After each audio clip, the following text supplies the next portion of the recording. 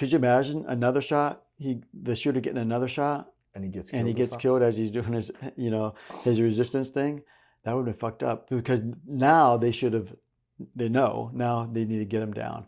So it doesn't matter. I don't care if you're 5'2". We got SEALs that are short. It's funny. Like, people always go, man, SEALs aren't that tall. We do got some big SEAls, but most of them are, average is 5'8", and that's what I am, 5'8", right? Welcome back to the channel, guys. Kai over here, and we've got someone very special here with us, Jim Foreman.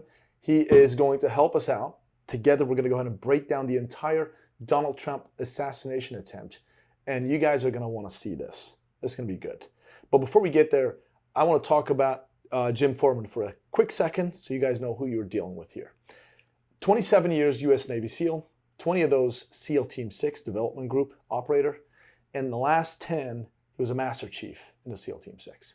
So he knows what he's doing. He's been there. He's done that. And he's going to help us out today, actually breaking down, providing some really important commentary on the Donald Trump assassination attempt.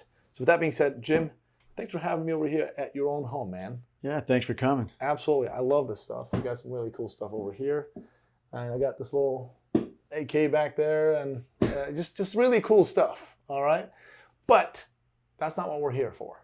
Maybe that's a separate video. We'll have a little tour here. But let's talk about the Donald Trump stuff. So, guys, Jim Foreman is obviously out of the Navy right now. He's got his own company called Actions On Consulting right here.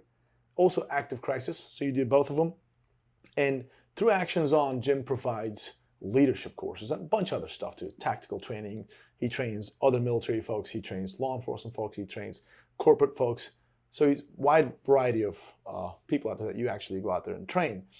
And so leadership is your skill, because that's what you did all of these years, and now you're out. You're doing that in the private sector. And we all know the Donald Trump assassination attempt thing, leadership straight up crapped the bed. That's it. And we were talking about this off camera too, and we're going to dive right in. So with that being said, let's talk about from the beginning, what do you know about the whole assassination thing? Well, first of all, before we get into that, yes, I've been a leader as a Navy SEAL, and the way I learned was from making mistakes. And a lot of it, luckily, was in training.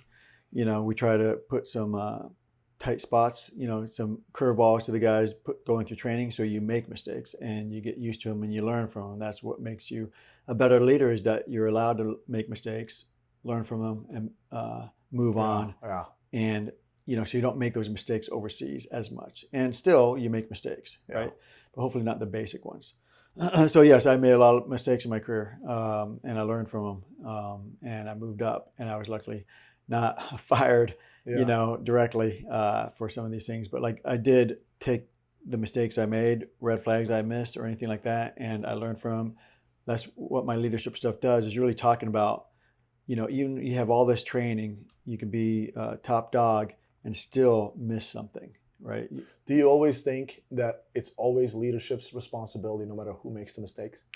I think it's accountability. There's not just the top dog, right? It could be middle management. It could be lower level. There's accountability throughout the whole team, and that's what it is as a team, right? So, but if somebody removes himself out of that accountability, and then just pushes it downward, that's fucked up. No matter who you are. Indeed. Right? And we hear that. I mean, this, and we're going to get there. The director of Secret Service, Kimberly Cheadle, initially is like, you know what? It's the local PD. And local PD is like, nope, that's not us. It was you guys, which we'll get to. Yeah. But you're right. Accountability, it shows, I think that's true leadership. Like, something under your leadership gets messed up, you sit down and you own it, right? Own it, and talk about things. Sometimes you only have the amount of information you have. So it does suck to talk about something. Like, we're going to be talking about something that we have more information than they had at the time. Yeah. Right? So what we don't want to do is like, hey, I would have done this, I would have done that, knowing what we know now. Hindsight is 20/20. Right. Yeah. So the information that they had is, or any decision, you only have the information that you have, and you make a decision off that. What we're going to be talking about is like, where did it go wrong? Because some things we believe there's some basic things that got dropped, and it just ended up turning into snowball effect. Exactly. Yeah. So, okay, let's start with that then. So Donald Trump was on the stage. He was talking, and boom, he gets. There's this assassination attempt by a 20-year-old who is to this day. When we're making this video, it still appears to be he was a lone gunman, just acting alone. That's it. The whole conspiracy theory, all that stuff. We'll get into it a little bit. You know, there's a lot of theories out there, but to this day, right now, it's just a lone gunman. All right. So you've been in your career, you've dealt with a lot of different people. You did a lot of joint operations. You guys planned, maybe, I don't know, you can tell me if you've ever planned events like this or attended to events like this. So you kind of at least know how these things get planned. Right. Yeah, we've done protective details before. So we're experienced in this type of stuff. Okay. So tell me about this then. Donald Trump is given at a rally, he's talking to a bunch of people, and this 20-year-old from 120, 130 meters away, he's able to take 8 shots at him and hit him. All right, so go ahead and tell me how the planning should have been, because we can talk about how the planning should have been, right? Because that building was empty. Well, we do know that there weren't that many buildings there in the first place. Yeah. So all those buildings should have been covered, right? Yes. How does that work? Okay, if you're planning out that area, you've seen the mapping, you've seen the videos. How does that stuff work normally? Usually, hopefully, you know a location that the event's going to take place, so you could take a look at it, look at the freeways, the access on and off. If somebody does get hurt or injured or something like that, you can get people on and off to the hospital or whatever. But more importantly, you're going to secure the site. You're going to do a thorough security assessment of the place. Look for places where you'd want to be to take a shot, or I mean, like there's other things that could have happened too, like drones could have been used against them. You know, so you got to look at all these things. So that's the advanced team going down there to do the security assessment, and others. Leadership is going down there to take a look, and that's when you come up with your plan. Okay, this is how many people we need. If it was in a city with buildings everywhere, that's a nightmare, right? That's a nightmare, exactly. Because you got windows everywhere, you got rooftops everywhere, you got closed spaces. You can't looking up at one building with 100 windows. Which window did it come from, or did it even come from a window? You don't even know. So this was a lot more simpler of a place that he was giving his talk. So once you come up with that plan, first of all, you secure that spot. And then once you secure it, you look at every spot and every angle. You tape it off. Do you post it the entire time? Absolutely. You don't want anybody to go on there after you've been there. So if you secure, it's just like clearing this room. Yeah. Right? And then leaving the building, going outside. Yeah. And there's a door in the back. There's a way to get in from the back, right? And then you come back in. Is this room clear?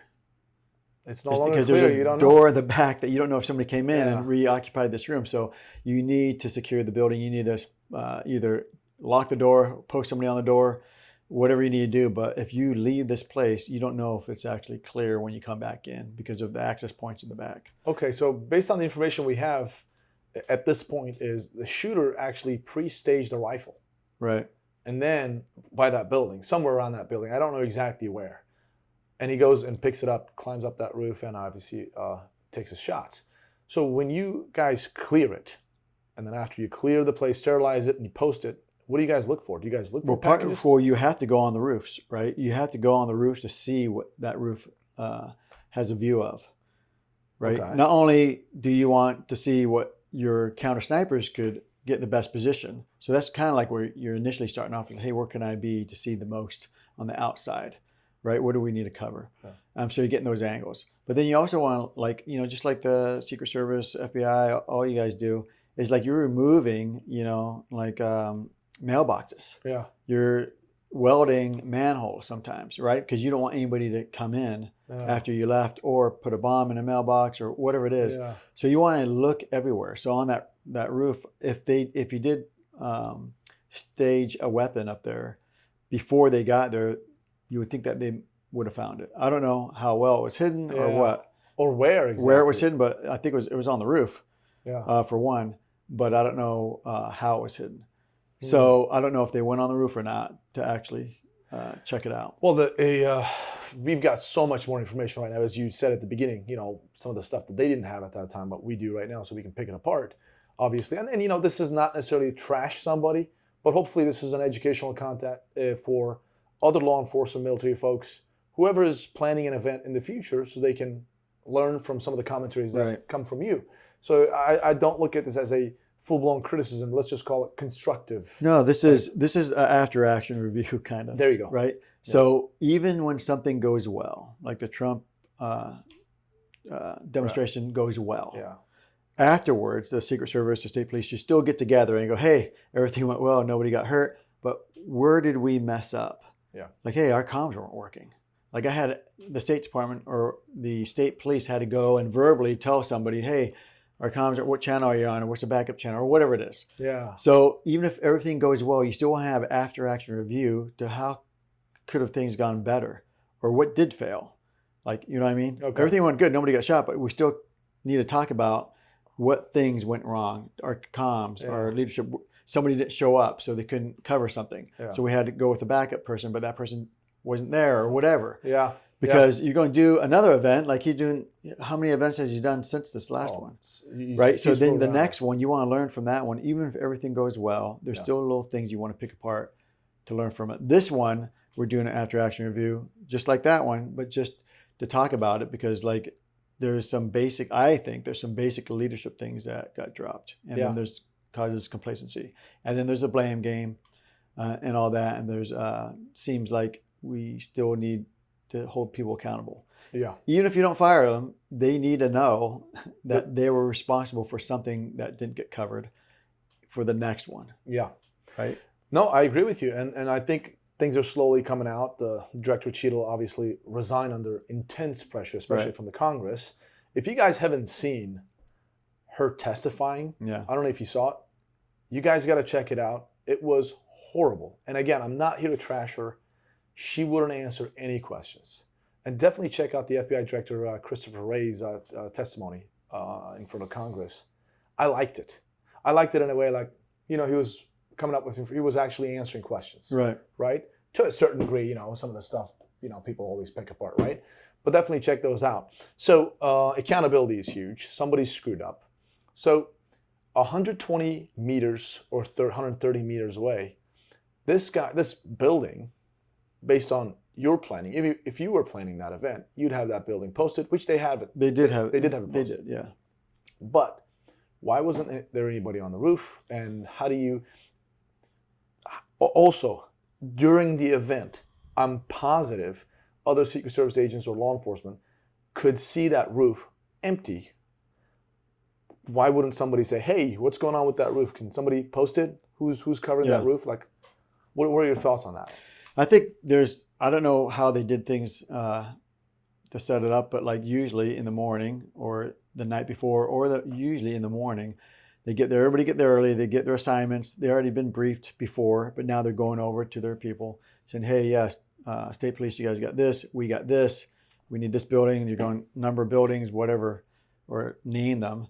And usually there would be a check-in, like, hey, building one's secure, or not secure, post it. Mm-hmm. We got somebody on the roof, ready to go. So you want everybody ready to go before you bring the president in or whoever you're watching. So once you get that check-in, it's like, okay, we're good. If you don't get a check-in from somebody, you're going like, hey, hold our guy back until we find out what's going on, right? So somebody needs to be like, hey, if the idea was to have somebody on that roof, which they said it was, but they said, I think it was too hot to send anybody up there. That's what I heard. And that's fucked up, right? So number one, that's not the point. Not if it's too hot. Hey, we're not going to send somebody up there because it's too hot. The thing is that there's no check-in, right? Okay, well, you need somebody up there. We already discussed this. This needs to happen. So just like a counter sniper, if he can't make his position, like let's say it was on a building also, and then something happened, like it was the roof caved in or something like that. Okay, he can't check in there, but maybe he climbs a tree or something nearby and he gets the same angle. He may check, he goes, stand by, give me 5 minutes or 10 minutes. But then nobody does anything until he's checked in because that was the plan, right? We need that guy to cover what he was covering. Okay, that's a really good point, that you do all those checks, everybody's in place. But during in the morning of, they did a briefing. Did you know that Secret Service did not attend local PD's briefing? I heard that. And that's messed up. I mean, as a former Fed, also a former local guy Yeah. myself, if you're doing a joint operation, this is no longer like, oh, we are this, you're that. No. That's just one body, one team. Like I can't imagine. I've never been to any kind of a briefing where everybody wasn't present. Like You need everybody that's involved present, yeah. so they can hear, they get theirs, and then assignments, and then they come back to you. So who's leading this whole thing? Is it the state police or the Secret Service? Who's leading it? Yeah, and we all know it's the Secret Service. It's the Secret Service leading it, and the state police is reporting to them. They're like an add-on. They're helping out. Yeah. So the Secret Service needs to run the meetings and bring them in. If state police are having a meeting and they weren't there because they didn't do the meeting, but the state police is doing it, they need to be there. They really should be running the show. Especially when there's no comms are also, I think, is Right. kind of messed up too. Yeah. Yeah. Okay. When we used to do ops, you plan the ops. Okay. You get the op approved through the chain of command. Once the chain, that means multiple people actually look at it, look at the details of it, they sign off on it. Then you actually set up a date and time, a couple days before, a day before the event. Everybody involved meet up at the office, wherever, right? And you actually run through the entire op. Yeah. And then on that op plan, it will say where the pre-positioning or pre-meet location is going to be. Then everybody also meets there at a certain hour. Then you go through it again. Everybody present, you do a roll call, and then you get out there to your assigned jobs. Right. I feel like that sounds like it didn't happen here. Because if it happened there, that roof would have been posted. But then we were talking about this. Even though that was posted, some guy said it's too hot. Right? We heard about that. So what are your thoughts about that? I mean, I understand, but here's what I'm trying to get. It's too hot. I get it. Some guy's like, you know what? It's too hot. I'm already in here. Right. Like, nobody's going to come here. There's like 15 of us in here. I heard like there's a bunch of us here. Nobody's going to come here. It's complacency, right? Right. But what I'm thinking is, since I know everybody's looking at their own jobs, but somebody had to have seen that rooftop from other posts. Like either it could be sniper teams or somebody. Right. Hey, you know what? Who's on that roof? But if you see something, say something, kind of deal. What are your thoughts about that? I think there is a lack of communication between the Secret Service and the state police. And it was, if they didn't go to that meeting, then they probably got the word, hey, they're going to occupy this building. And they got that covered, right? But if there's not what freak you on, how many people you're going to have up there, you know what I mean? Yeah. So we have a thing that we do, it's called an operational order in the military. And it's like right before you go on the op. It could be like 4 hours before the helos take off or whatever, 2 hours, whatever. But everybody that's involved is in there. You got maybe a Marine, you got like Rangers, blocking positions, you got immediate reaction forces, quick reaction forces, you got air support, the LNOs for that. So everybody's in that room because you're not going to have the pilots in there, but you're going to have the LNO for that. That's going to be writing down the freaks and what the plan is, what time are we planning on hitting the target? And if the aircraft only has 2 hours of playtime, when do you want that 2 hours to fall in? Like before you hit it, like you want me reporting on the target, or do you want me on target with my guns or whatever? So we have different assets that are supposed to be there at different times, and they only have so much fuel. So and then your recce guys, they need to know the route in there or how long it takes them to get somewhere, because everything's based on time, right? And if you're 4 hours late to target, it sounds like not a big deal, but then you probably lost half your assets, and you may not be able to hit your target because you don't have the right assets overhead if you plan for them, right? Hey, our Min Force was to have the AC-130 overhead. It's gone. So if you're then you can't do the op. So you want to be able to do the op with minimal stuff, but you need to go off times. And everybody needs to be there to know what's going on. So it seems like they didn't really know or communicate back and forth. So nobody was, and I don't think anybody was checking in. It's like, hey, we got this covered. Check in, check in, right?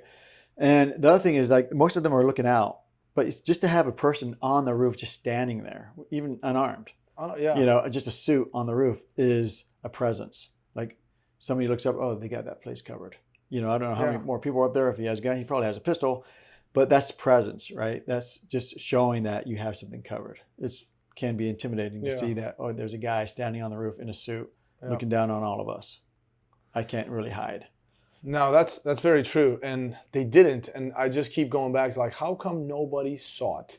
And nobody said, hey, nobody's on that roof? Because if you and I were working there and you see an empty roof, you're like, well, that's really close. Like, how come nobody's on top of that? I think because they probably, the police said, hey, we got it covered from here, meaning the windows, not on the roof. Hey, we got it covered. Nobody's on the roof. Nobody's going to get on the roof. Maybe they looked, right? Maybe they got on the roof and said it was too hot and they said there's nobody up here. And they went back in, right? But my point is that you do things for a reason. You know, put your new guy up there. You know, you know why? Why does it have to? Everybody's at the same level where yes, it's too hot for all of us. It's like, hey, we have to cover this thing. We need a presence up there. So, like I said, most of the people are going to be looking out at the threat because you got this stuff covered. Some people are going to look in there because the crowds of people are in there and they need a job. I think that they weren't looking because they thought that they had it covered, right? And then, but the people the civilians there were definitely seeing that there's a guy climbing on a roof, suspicious, and telling all the cops, and that's what alerted everybody was the civilians. Yeah, and the cops did respond, and then they all kind of hell broke loose from there, but it was kind of slow apparently because there's some reports that they're like, hey, there's a guy over there, and the cops wouldn't go there right away. I don't know if it came down to like, oh, this is my sector. Like, I don't know exactly. We'll find out when the the investigation is concluded. We'll find out. I can't wait to see the comps. But one thing I'll say is like, you know, there is a lot of leadership stuff going on that I would think that got dropped. Like a person saying, hey, like let's say you told me, hey, yeah, guys, we got this room or this building. We need somebody to cover the top. So you're the boss. You're telling me and everybody else. And so who's going to go? So me and whatever. We're going to go up to the top. And I come back and go, hey, we're not going to go up there because it's too hot. Right? So if you're, okay, yeah, no problem. Right? Or you could go, well, it seems like no problem to me, but let me talk to the guys running the show.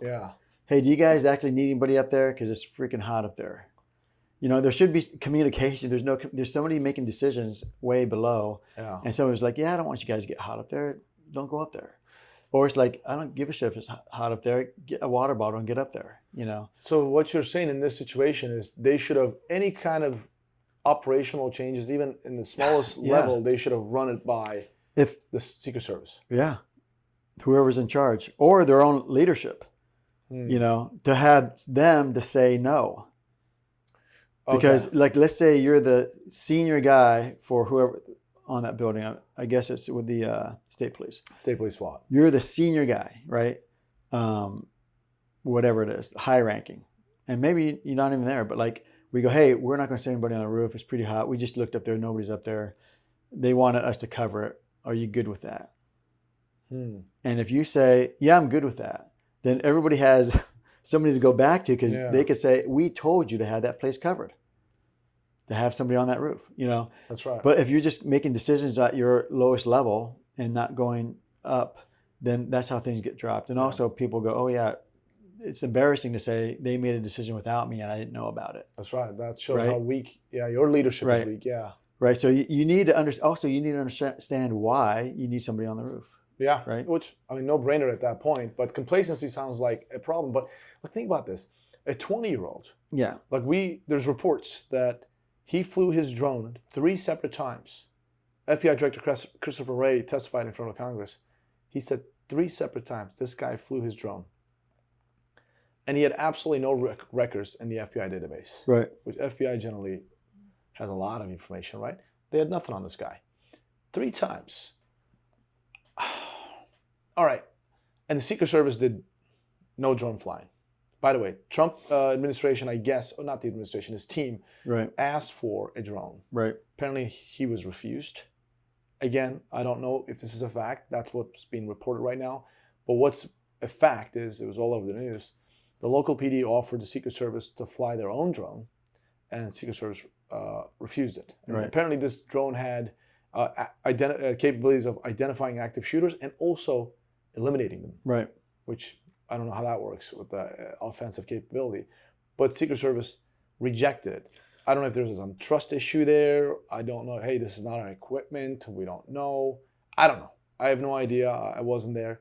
I don't know if you have any input on that one, but Secret Service refused flying drones on that site at all. What do you think?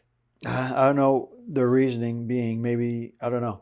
Maybe they didn't want to be confused with a drone that was attacking them or Yeah. something. You know, I don't know. They Trust who issues? knows, you know, or maybe they just thought that they had it, you know.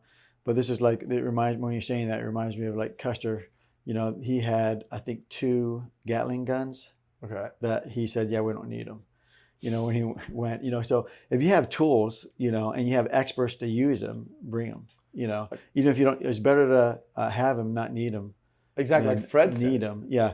Because a drone, like nowadays, a drone is highly, highly, you know, needed. The capability a drone brings now, and you look at Ukraine. I mean, like It's insane. most of the infantry, not most of them, but a lot of the infantry deaths are Yeah. directly related to attack drones. So Fred from Active Crisis, you guys work together. He said it. He's like, dude, you just need one technician for that, Yeah, and it is a force multiplier. yeah, Like it doesn't cost you much. It's one extra additional person.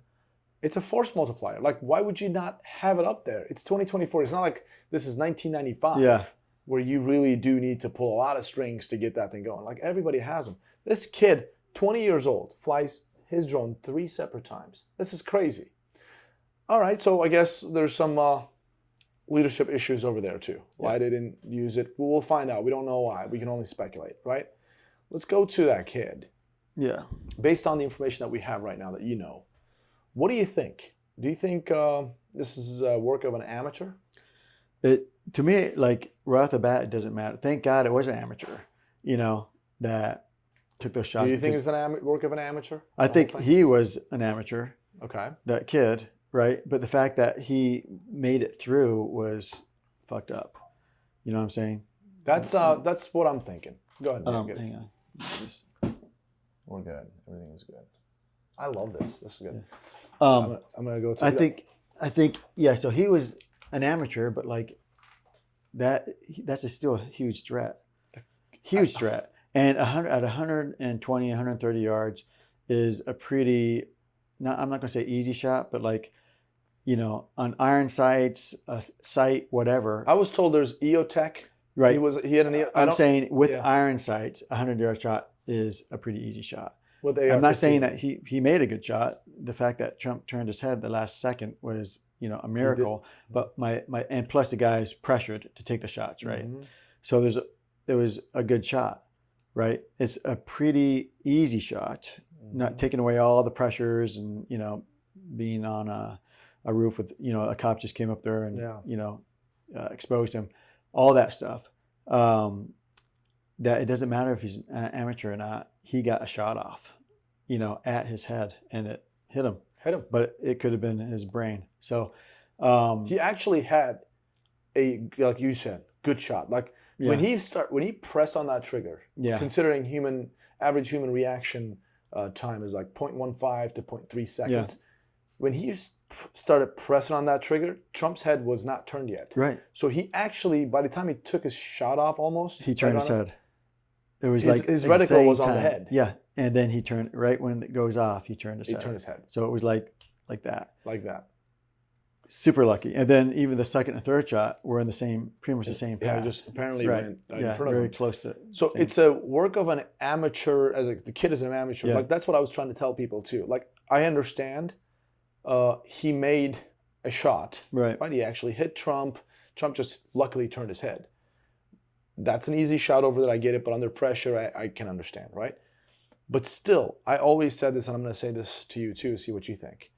If some force was behind this, and again, some people, there's a lot of conspiracy theories out there.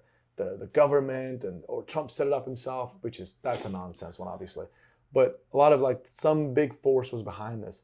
If that was the case, my personal opinion is Trump would have been dead. There's no way it would have been a chance. Yeah. I think, to me, it doesn't, I hate that word amateur in some areas because like if he made the shot, was he, you know what I mean? Like he maybe, let me put it this way. If the guy was in the military, Yeah. right? An ex-military guy, would he be a professional? I guess you're right. The professional is someone who gets paid to do something. Right. Amateur We're is talking not. about an assassin. Let's just say paid assassin, right? experienced. What Someone we're who talking knows about, what yeah, they're is doing. experience. So the I don't know if the guy hunted or anything like that, but he knew his way around an AR, right? Yeah. And he knew the basics, and he knew how to hold a line on a target. He had it zeroed. And he knew how trigger pull was not off, right? He didn't crunch it or anything like that. So, and he knew how to zero a weapon for sure, right?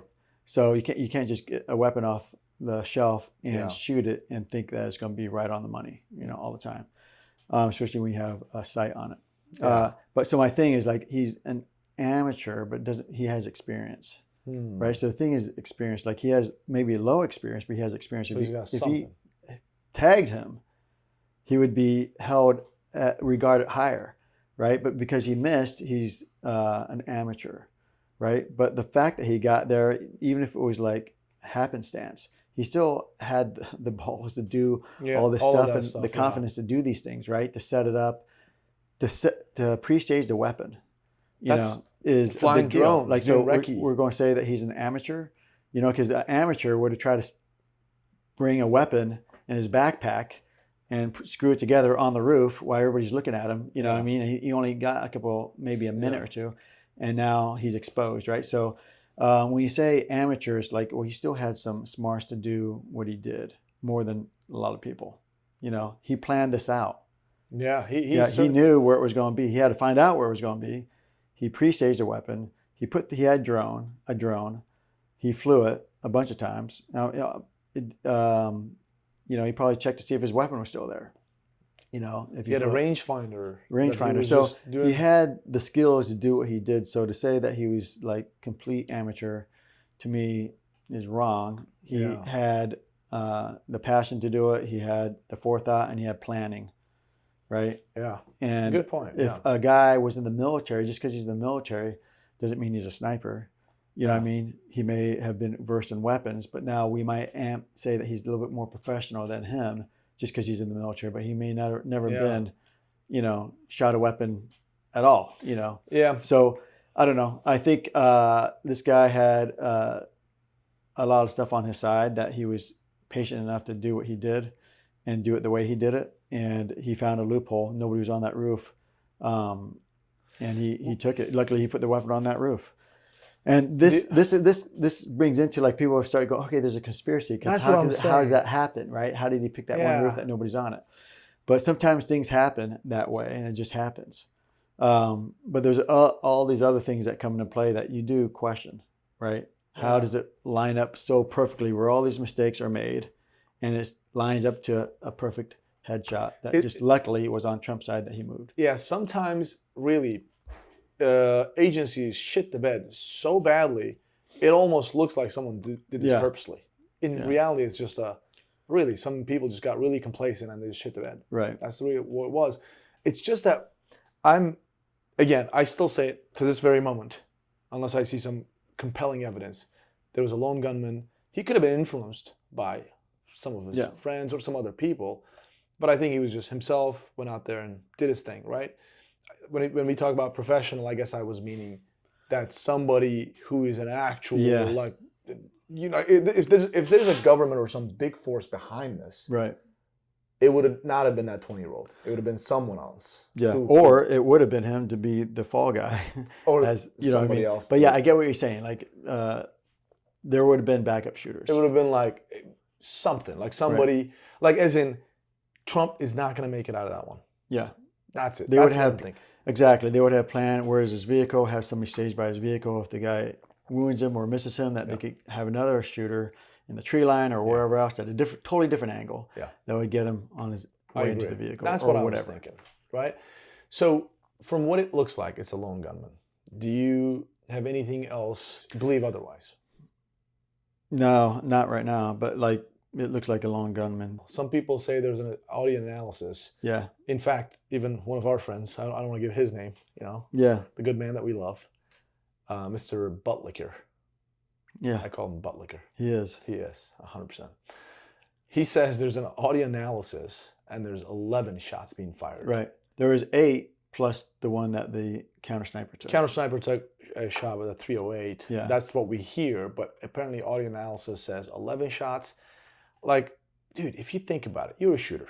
Yeah. You have done long distance shooters. Like your Colt M4 has, what is it, 16 or 18-inch barrel? The one that you Yeah, have? 16. 16-inch barrel with an LPVO 1 to 10 or 2 to 10, something like that you have. Yeah, 2.5 to 10. 2.5 to 10. So you've done some long range. Longer is 500 meters. Yeah. Right? Hits, shots all the time. So come on, man. Like, so that gun, that 16-inch gun had 700-yard dope on it for a body shot. Okay. 700 yards, right? But that's what I talked about. It was like, I have 700-yard dope on this gun. Yeah. That, sniperized M4. Yeah, basically. Think about that. At 120 meters, 130 meters, and that guy, and Trump is really exposed. If you want to talk about assassination heaven, that was one of the most perfect spots. Trump is out there opening the field. Yeah. So if there was some force behind it, again, I'm standing by this until we find something else out. Hope if we do, I feel like he would have been down. Like I just think that's what I'm thinking. But moving on from there. So SEAL Team 6, you guys are doing the op planning for this event. Just sit. You guys got the contract. Actually, you know what? Forget that. Not forget that. Okay, SEAL Team 6. You guys did this, and this happened. What happened? What happens to leadership? How does the after action report look like? It would be pretty much once everybody's safe, everybody would be brought in after the event. That was on the event to talk about it, including locals or just the local police. Everybody that was involved. Okay. And it's going to be shut door, and it's going to be like, hey, and so some people will be responsible for a certain thing. They may not know what happened over here. So everybody has to go into detail of what their responsibility was and what happened and what the reaction was. So everybody knows. So if you made mistakes, like, hey, this is what I was supposed to do. I was supposed to cover this left side of the building. I never did because of this reason. And then blah, blah, blah. And then so people understand what your thought process was. And then you could say, okay, well, you see how that's fucked up, Jim, right? Or you could say, okay, that makes sense.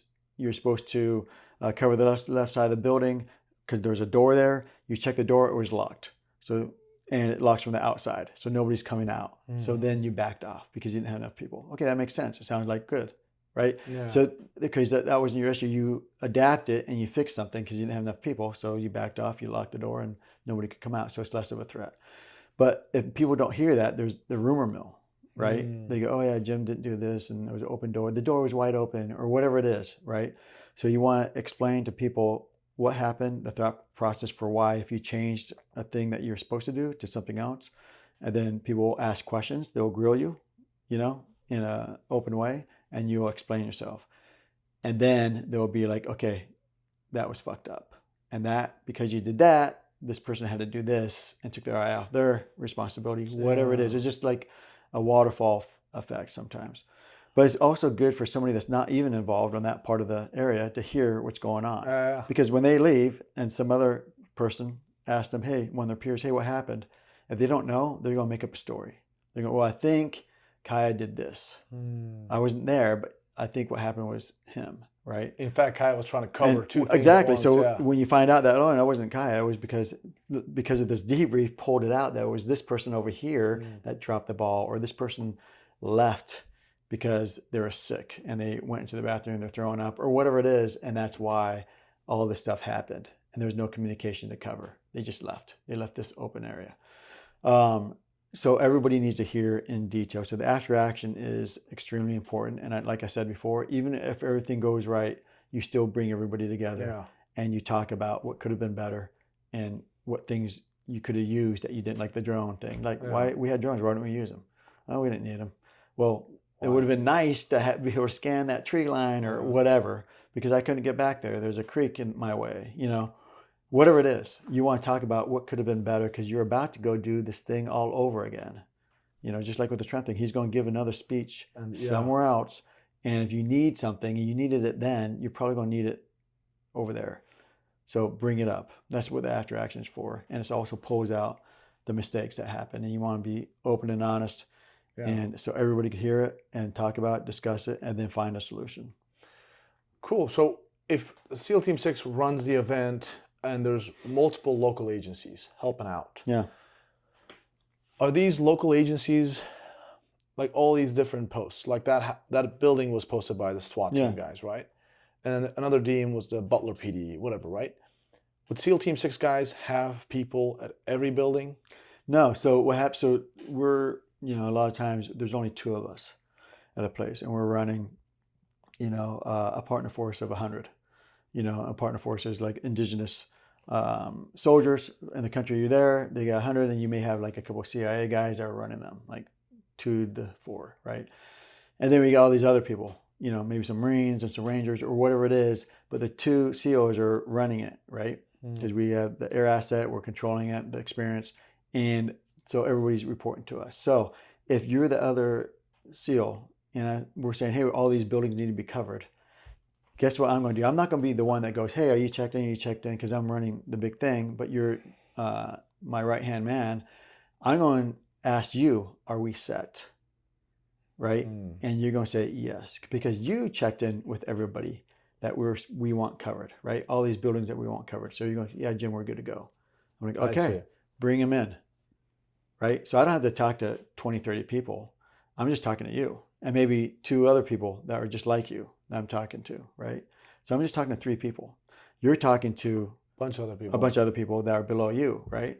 And that's how that leadership and accountability happens, and it goes all the way down to the most junior person still has another junior person that's slightly been in longer than me, and then I report to them. So this is how it happens. And if somebody pulls himself out and goes, "Hey, I'm not going on that roof," then there has to be some communication to so leadership, and that's good. It's more like trickles down. It just makes it way more efficient. Exactly, but. Okay, in an event like this, how does the comms work? Yeah, so we have partner force that uses their type of radios. We got like Marines, Rangers. We got other SEALs that people have different radios, different freaks. That's what I'm saying. You want to have the same freak. You can still have your internal comms with your state police or your Secret Service that only talk to them. But there's also a channel where you could hear everybody. The main channel. Like the main channel. Everybody's speaking, or at least a representative from the State Department is talking to me. So you can relay information. So if there's a bunch of SWAT guys here from Pennsylvania State Police and a Secret Service guy here, and there's a Secret Service channel alone, give some information. Hey guys, this is what's going on, like that, right? So somebody can also, like for my right-hand man, he would get information from, like, instead of reporting to me, because I'm getting calls from everywhere, and then it's too much, right? They can report to you. Like if they know that, hey, we're not going to try to call the Secret Service, but I do know that my, like for a partner force guy or whatever I call it, state police, my primary state police guy, we saw a guy on a roof or whatever, we're getting word there's a guy on a roof, it goes to him. And then we all know that from here, I go to you. And then this is the link, the state, Secret Service. Like things go to me and then I go to you. And then you can pass it out on your all net to all Secret Service or to everybody. Hey, this is what we got going on. We need help. It's intricate. You want to keep it as simple as possible, because if you keep the net open on everything, there's way too much chatter. Everybody's talking. Right. So you have to separate it a little bit, but there's always going to be that link where, hey, this is to everybody. Yeah. So people think that comms is easy. Comms is actually a nightmare. And big events like this, it's not like, you got to have multiple channels, and sometimes you play a phone game. Right. And here's the other thing is like, I hate talking on the radio. I hate listening on the radio. I'd rather do hand signals or, of course, whatever. It's like, look, if I'm on a roof and you're on the other roof, instead of me getting on my radio to talk to you because there's other people talking, what if I just do this? What does that mean to you? I'm good to go. I'm ready to go. You go, hey, Jim's, building 1's good. And you see thumbs up from 6 different people from 6 different buildings. You know that 6 buildings are good to go. There's no comps. And then you could go on the road, hey, we're good to go. And that's it. That's all you have to say. You're right. The shorter, the the shorter your transmission is, the better it is, because Right. nobody likes that guy just starts talking like, Yeah. hey, radio, so we've got a guy. And then it's who's, like, and like say it again. yeah, You know, it's like God. critical, right? Critical to Yeah. pass information, and sometimes you want to save that for when you need it, and then Yes. have the backup comms, and So- that could just be a cell phone. You know. Yeah, that's true. Could be a Yeah. cell phone. I guess in this case, I heard that Secret Service agents, I think Fred said this, that there should be at least one agent, one representative agent in every local police post. Yeah. So that agent can not only relay certain information, but also can keep them in check. Yeah. Make sure everybody's doing their thing there. Because Right. Secret Service is in charge. Right. So apparently that didn't happen. So in an incident like this, as a person who is an expert when it comes to leadership, and you've done that for years, Kimberly Cheadle, she's a director. How does she control such, obviously an entire Secret Service, but a giant event like this? Is it all delegations? How does that work? How is she just, This is I know the tough. accountability, but Yeah. how does she control all that? If you're going to be a person that just sits behind a desk and say that, hey, I'm in charge of all these people, I'm super impressive. I'm not saying this is her. I'm saying that there's leaders I've seen that sit behind a desk, you know, and they just run from a desk, right? But do they really know what's going on? They may be a SEAL, right? But when's the last time they've gone out and seen what their people are capable of, right? Wow. When's the last time they just observed a training scenario, right? So you need to get out there. You need to show yourself. You need to be present. You need to see the capabilities of your people, because you will be fighting for them at one point, or you'll be firing people. You'll be firing them, or you'll be protecting them. You can't protect them if you don't know the capabilities, right? And somebody says, hey, you guys did this. What do you say about it? And you go, yeah, because that's not our responsibility, or whatever you're going to say. But you don't want to say, I don't know. Yeah. You know, and then you're going to be more like, okay, well, I'll handle it. Meaning I'll get them fired, or, you know, because you're taking that bias that somebody's bringing you, like, hey, you guys fucked up. Do you know they fucked up? You know, what's the context? And then you could be that leader that goes, hey, before we go too far into this, let me see what happened. Or you could already have that knee jerk is like, hey, my guys wouldn't do that at all, you know, and this is why I know they wouldn't. That's a strong statement to say with confidence, right? Yeah. But what does that do for morale of your people when they see you doing that? Especially if you're right, they wouldn't do that, right? And if they did do that, then you'd be like, holy fuck. Yeah. How the fuck did that happen? You know what I mean? That's Then right. you're going to find out. And maybe you need to be more present and put your word out more. Hey, this is what we're responsible for. This is what our capabilities are. And we may be few in numbers. We got to bring people in, but we're still accountable. Yeah. We can't blame anybody else because we're the ones that have the job of protecting the president and the high-ranking people.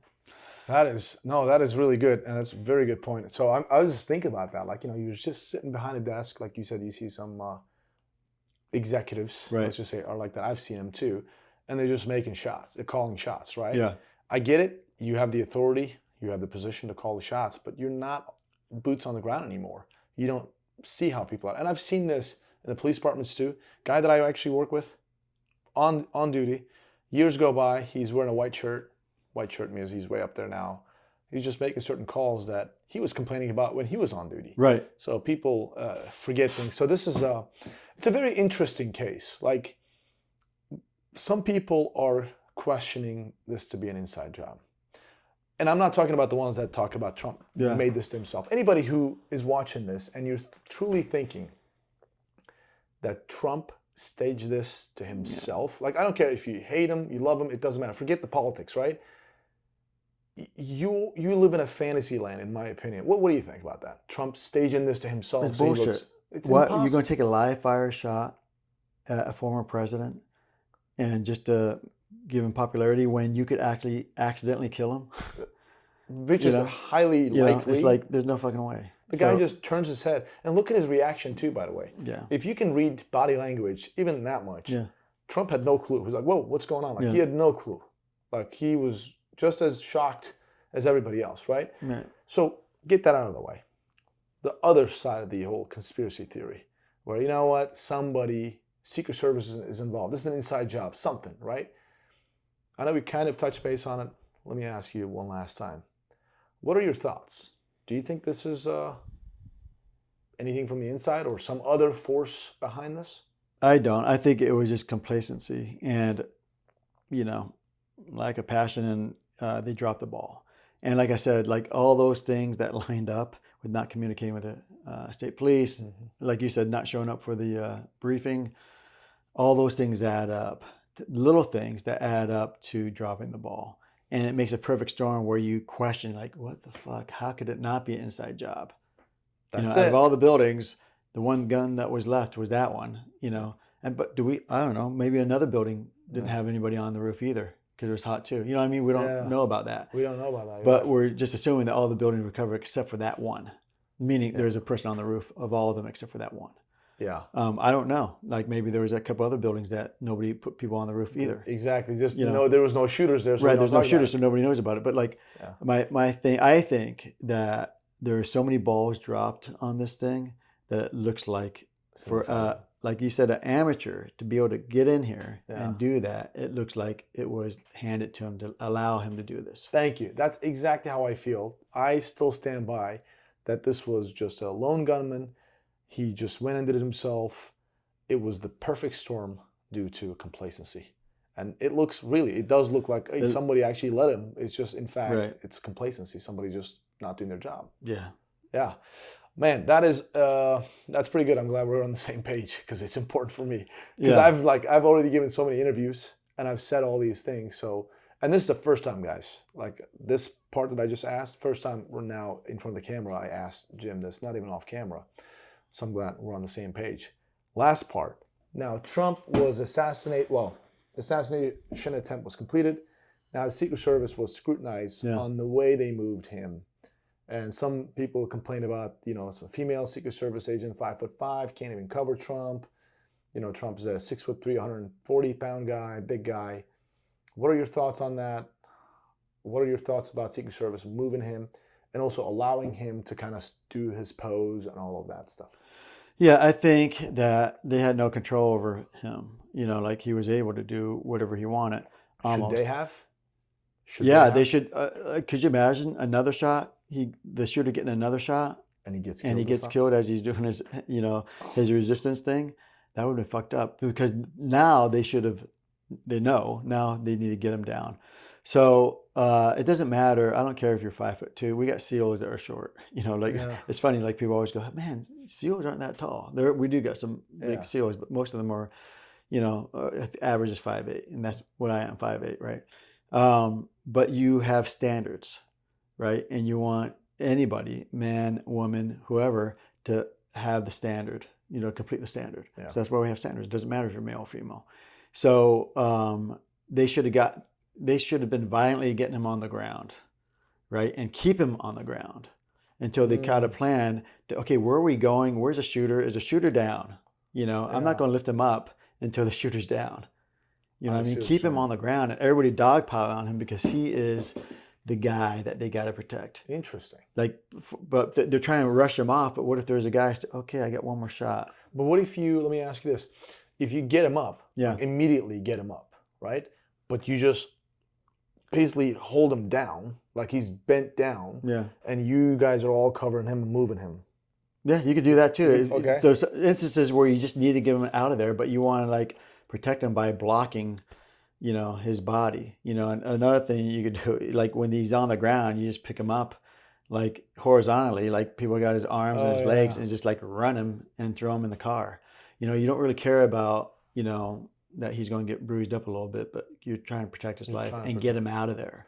And you don't know what the follow-on thing could be. It may not be another shooter. Like I said, it could be a drone that comes in and, blows up. You want to get him out of there. I agree. And one thing I got to say though, now that I thought about it, Secret Service at that time didn't even know where he was shot, how many times he was shot, right? They didn't know where it was coming from either. I don't think. No, I don't think they knew. Can you imagine? Trump just went down and Secret Service agents the inner perimeter, the protective detail guys, jumped on top of him. One, they don't know where the shooter shots are coming from. And number two, they don't even know how many times he's been hit. Yeah. Right? Or if he was. Or if he was, exactly. They don't, I mean, he did react that he was hit. But my point is, I would have gotten him on the ground and kept him there. Yeah. Okay. And everybody dogpiled him to protect for multiple shots. That when the guy shot afterwards, that was like hope and pray type thing. Hey, I think I hit him or I missed him, I guess, but now I'm just going to keep shooting, hopefully to get him again. I'm surprised. You know what? Now that we talk about that, the last 5 shots, because he shot a total of 8. 1, 2, 3. That was directly at Trump. Those are the headshots. Yeah. Headshots, right? And then when he went down, he just fired multiple. Right. I'm surprised he didn't get, because that's like hog pile at that point. Yeah, or the Secret Service guys getting hit. That's what I'm saying. Because everybody's close. Yeah. So, yeah, I would have kept him down, and then whoever's in charge get on the radio and go, "Hey, give me a status? What's going on?" Because you don't know, right? Where's the shooter coming from? Is he down? Where are we going with him? Where's the vehicle? What side of the vehicle do we throw him in on? And how are we going to move him? Right? Yeah. No, that's very good. And lastly, you are the Secret Service director or SEAL Team 6 commander, the officer. Yeah. The guy's hands are all pretty and everything, right? Right. Those guys. Okay. And this happened under your watch. Do you leave? So, yeah, I think that this was so grossly neglected, complacent. I mean, she stepped down. I think she had a lot of pressure to step down. I think it made sense to step down. But here's the deal, though. That's the problem. I apologize for cutting you off, but she was forced to step down. Yeah, I know. Yeah. So what I'm asking is like, not forced to step down. What would you do? I think if I was in that position, you'd step down. That's the best thing to do. Yeah, because like here's the thing, like you have to, if you're not involved at all, that's even more reason to step down. Like if you're just sitting behind a desk, all this stuff happens and you're like, what did she say? That they didn't go on the roof for what reason? Oh, sloped? Because the sloped roof. How so, I can't believe that. She was just making some BS statements. Right. So everybody sees that roof was like almost flat. And even if it was a sloped roof, was the plan to get on the roof? Then you get on the roof, And so it's not to make excuses. So if you're that disconnected with your people, you remember I said it's like relationships and being present.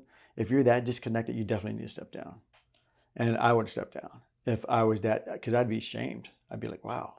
I honestly don't think she knew what was going on. No, she didn't. But like a lot of people don't, right? But like for leaders, you need every once in a while. You don't have to be running and gunning like everybody else, but you do need to make yourself present here and there to see what's going on, understand capabilities, see what they're capable of, that they can even climb a very steep sloped roof with the right equipment. Yeah. And if they've given a job, that they would do it, That's so funny. Now the Secret Service, I was just seeing some memes on the internet. Secret Service hiring roofing experience is a must. Yeah. That's what I saw. I was like, oh man, that's pretty bad. Yeah. And okay, well, I guess this just came to my mind, and then I'll end this and get out of your hair. The last girl, that girl, Secret Service agent who couldn't holster a gun. Right. Have you seen that one? Yeah. What do you think about that? People are just like eating her alive. It sucks because like that's a stressful situation, right? Yeah. But you need to have basic weapon handling, if you need to practice at home, whatever, because the fact is that most law enforcement and probably Secret Service too don't have a lot of time on the gun. They don't. I can attest to that. Yeah. So that sucks, and they need to have more time on the gun. So, and to have it filmed like that really sucks, right? That was bad. But my thing is, if you're in that situation, you're carrying a gun, to practice as much as you can, holstering, unholstering, pulling your gun, going to the range. And that takes a lot of time because you got family, you got your job, and you barely get time on a gun. You get 30 rounds a month to shoot or something like that. Yeah. You have to make the time yourself to do that. But that's what you have to do. And the only way, or not the only way, either you have to do it yourself, or hopefully you have like a mentor that's telling you. Yeah. Like, hey, I don't care if you're male or female, this is a standard. Yeah. You have to have, I keep saying it, you have to have a standard. And even if the department that you're at doesn't have a standard, you as a leader, even a junior leader, could have, this is my standard. Yeah. On consulting, you provide leadership courses, like precisely is what you deal with. So if Secret Service right now called you in from Actions On, you would literally be... I would love to help, yeah. I'd love to help And active crisis, same thing. Like, I'm a managing director there. Yep. So we do the same thing, and I still do this leadership stuff through active crisis. Yeah, and you guys also do protective details too. We do protect. Yeah, we do, and Fred's like the expert at that. Yep. So active crisis has a bigger footprint than my tiny company. Yeah. But they do use me here and there to help out. But like as for active crisis, we're pretty big, we're growing, and we got all the right players, including Admiral Kilrain, our Yeah. newest member.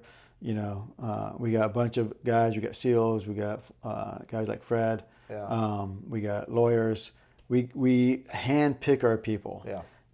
Just to make sure they got the right personality, they got the right skill set, and they got the right social skills to get the job done. Yeah, and definitely check out, guys, Actions on Consulting from, obviously, that's Jim's personal company. He does a lot of leadership stuff. And Active Crisis also, managing director. Jim is there as a managing director. And they've got these vast experience altogether. I don't know how many years of experience you guys got. So they provide corporate security. Like, you guys got some cool contracts. I don't want to name any of that stuff. Executive protection, literally what we just talked about all day today.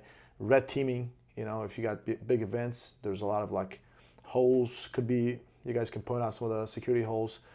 Digital stuff, tactical training, obviously shooting and all of that stuff. So really good stuff. Check them out. Active Crisis. Jim, man, appreciate your time. Yeah, thank you. It was a good time. I'm positive a lot of folks who are watching this, who are even Secret Service, doesn't matter, the FBI, local PD guys, some private security folks, they're going to take a lot from this. Hopefully it was beneficial. Guys, don't forget to subscribe, obviously, like all that stuff, and do the same thing with the Actions on Consulting on Instagram and Active Crisis. See you on the next one.